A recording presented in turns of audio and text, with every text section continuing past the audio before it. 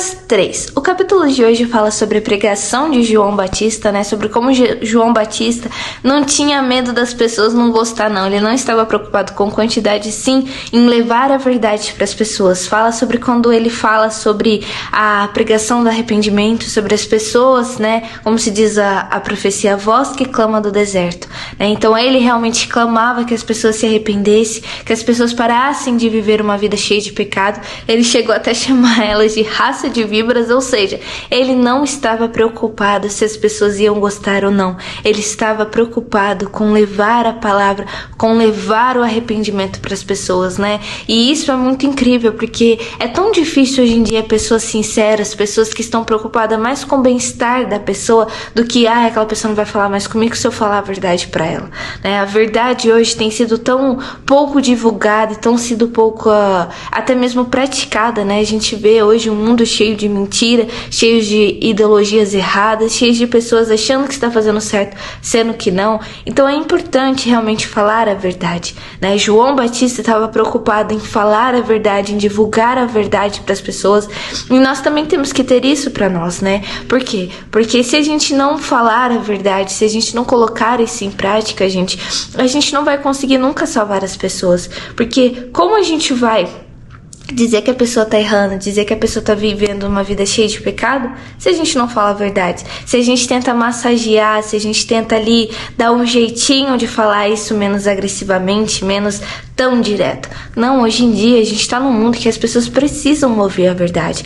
que as pessoas elas estão tão sensíveis e tão mimizentas que falar a verdade é uma ofensa para elas, que falar a verdade vai magoar os sentimentos dela, e a gente tem que ser como João Batista, não tem que estar nem aí para isso, e sim, preocupado em salvar a alma, salvar a vida daquela pessoa. João Batista não estava nem aí se as pessoas iam reclamar, se iam chamar ele de louco, se iam chamar ele de perturbado, se não iam mais falar com ele estava preocupado com a vida. E acredito que é isso que a gente tem que ter em mente. A gente tem que preocupar com a vida da pessoa. A gente tem que estar disposto realmente. Muitas vezes a pessoa não falar com você, mas você disse a verdade. Você deu uma oportunidade para ela de ouvir a verdade, de ouvir realmente na real. O que falta muitas vezes hoje em dia, né? Então vamos buscar isso. Não vamos ser pessoas falsas, pessoas que só estão aí com bem-estar na convivência, porque isso é egoísmo, gente. Você não alertar a pessoa que ela tá vivendo uma vida errada por simplesmente querer conviver bem com a pessoa, isso é egoísmo. Você tá pecando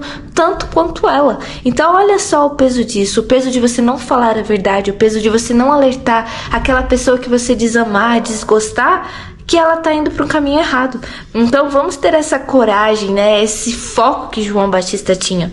E outra coisa que eu achei interessante aqui embaixo, Lucas coloca a genealogia de Jesus, de José até Deus, né? Só afirmando realmente ali a divindade de Cristo e o que ele abdicou, né? Cristo abdicou de tudo por amor a um propósito, né? Junta com João Batista, que tinha força, coragem, da mesma forma Jesus teve tudo isso, porque ele abdicou de ser Deus, algo que ele poderia se apegar e não se apegou, para vir aqui na terra e salvar as nossas vidas, salvar e amar aqueles que julgaram, aqueles que criticaram, aqueles que espancaram, aqueles que o mataram.